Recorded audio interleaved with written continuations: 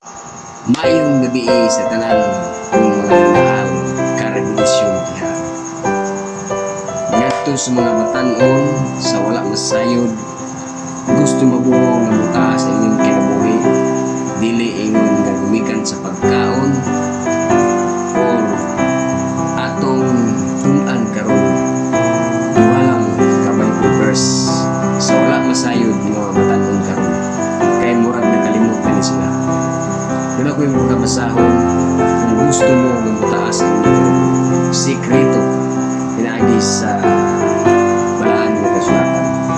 Atong basahon ang Exodo 20:12 kanagay mong gari. Tahoron mo ang imong amahan o ang imong inahan aron magkataas ang imong mga adlaw sa yuta nga gihatag kanimo ni Jehova nga imong Diyos. Ikaduha nga verse nga itong basahin. Nindot ni. Makita pa kini sa Episo 6:2 sa 3. Lagyan ka sa 2.